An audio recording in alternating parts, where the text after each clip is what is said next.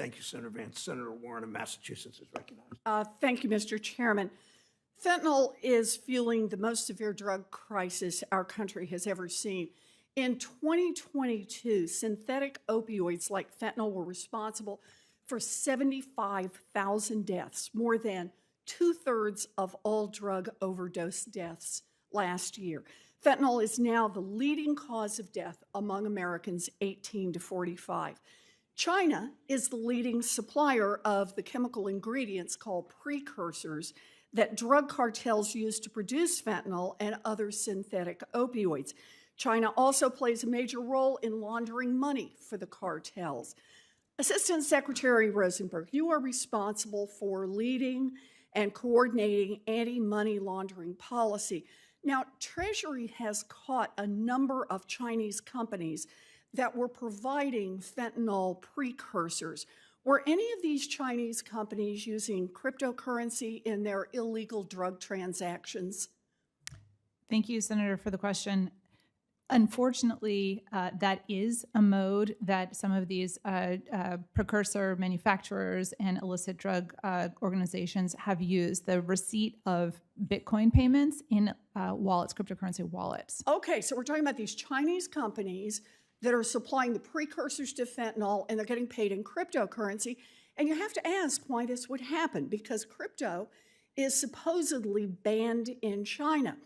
But new research from the blockchain analytics firm Elliptic shows that more than 90 companies based in China are raking in tens of millions of dollars worth of crypto selling these fentanyl precursors.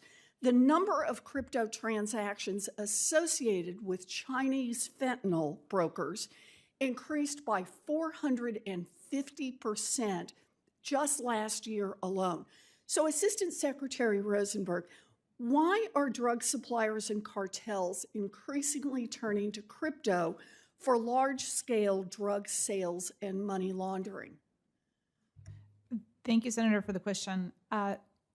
The reason why they would find this appealing is the same reason that other financial criminals would find it appealing, which is to say there's an element of pseudonymity that they seek in using this kind of payment mechanism. Also, you're able to, unfortunately for these purposes, process a large value, financial value across lots the of border. dollars worth of transactions. Of Bitcoin in this instance, right? A large amount of a high value of such currency across a national border. And if you can achieve a person-to-person transaction or decentralized transaction, then you're avoiding the kind of scrutiny, know your customer, financial disclosure that you would get if you used a more traditional financial institution. So those anonymity enhancing features are generally what financial criminals that you're noting here find attractive. Okay, so they're using crypto. This is their payment of choice for these fentanyl dealers. This is looking good for them. And it is one. Unfortunately, okay. There are others, but it is certainly one. But this is one that they're focused on here. So Elliptic's research found that these 90 Chinese suppliers sold enough. Let's talk about the volume.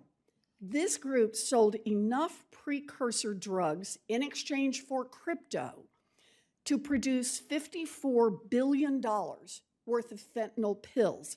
That is enough fentanyl to kill nearly 9 billion people, all paid for by crypto.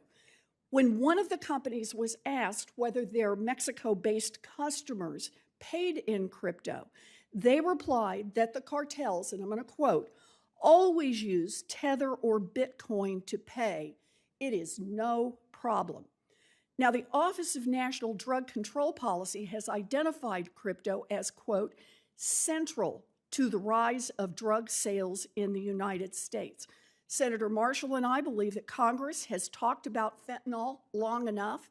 We propose to do something to fight back, and that is why we are reintroducing our Digital Asset Anti-Money Laundering Act, which closes loopholes in our anti-money laundering rules and cuts off drug suppliers and cartels from using crypto to fuel their illegal business.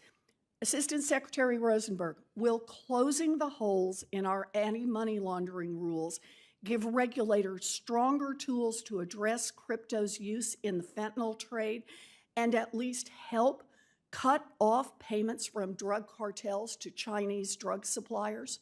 Yes, I'm certain that will help, and I hope that we will be able to encourage some of our foreign counterparts, other jurisdictions, to do the same, which would go a long way in helping as well. Thank you. Crypto is helping fund the fentanyl trade, and we have the power to shut that down.